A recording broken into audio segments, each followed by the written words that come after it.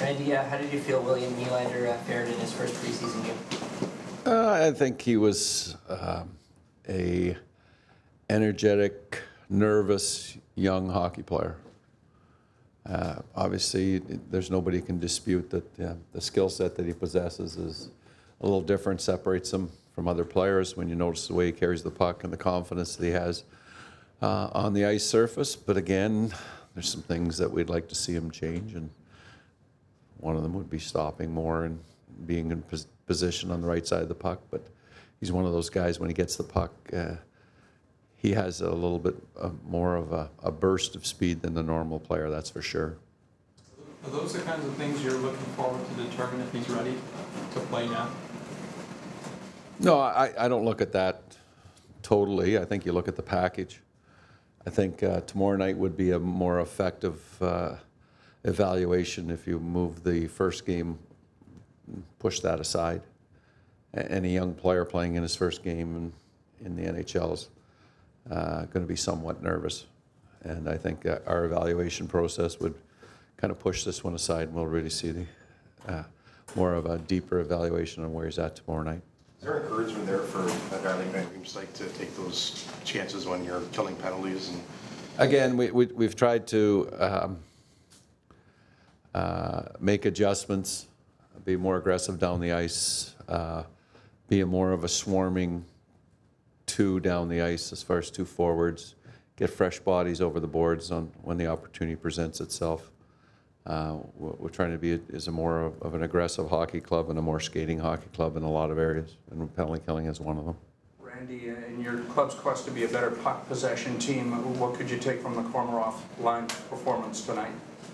Again, they've been good in training camp. We talked about them the other day, where McKegg, Komarov, and Kozin were one of what we felt were one of the most consistent lines in the scrimmages, and they'd controlled the puck, and they were a hard team to play against. But we thought, well, we'll tamper our enthusiasm based upon there wasn't a lot of hitting and there wasn't a lot of grinding.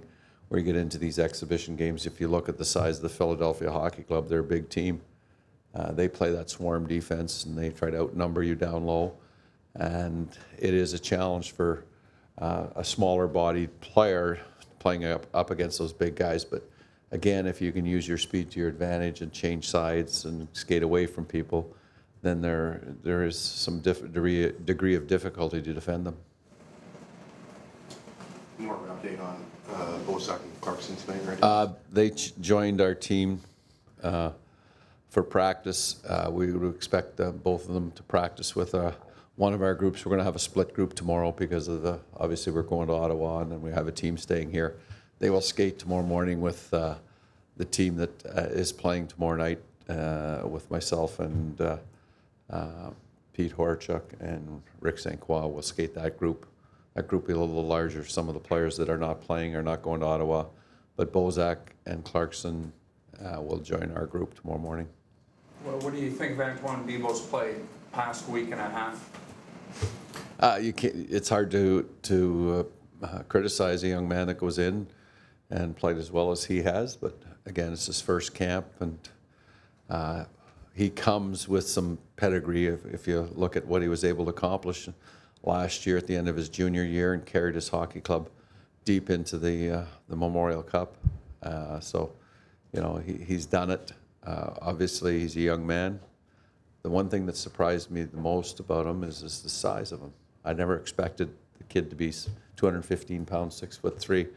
Most of those goaltenders that come out of junior at that age, and Quebec League goaltenders are usually the tall, thinner framed, and then they've got to put on that weight. This is a big man.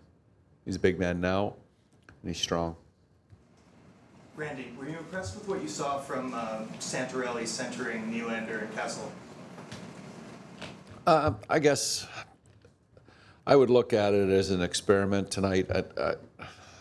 I'm not really enthusiastic about this line or that line. I think it's way too early in training camp when you're talking your second exhibition game. We basically played the same team as we played last night in London. They made a few changes, and they added 2 players, so it was the same team. We made a wholesale change. We had basically two different teams. So the Santarelli, we know that he's been able to play with skilled players, so that was the thought process behind that.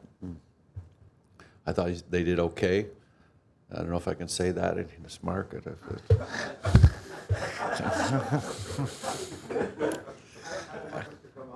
Way, but has Love surprised you? Louvre. Oh, Yeah, Louvre, no, he hasn't really surprised me. He played the same way when he was in the rookie camp in London. And the one thing that he did is when he stood up in the neutral ice and made the body check, they came after him. I think there was 3 Ottawa players that came after him. The very next shift, he went and did it again. So that's how he plays. He's not intimidated by what's going on out there. He's another big, thick-bodied guy for 21 years old. And he showed tonight some of his youth, but that's the way he plays the game. He plays it rugged, he stand up, and I think, again, he was nervous, and it showed that in certain situations. But that's what these exhibition games are for people to get a taste of what it's like to play in the NHL, what it's like to play in this building, what is ahead, what's in store, and give them an opportunity to get comfortable. Thanks, Randy. All right. Randy.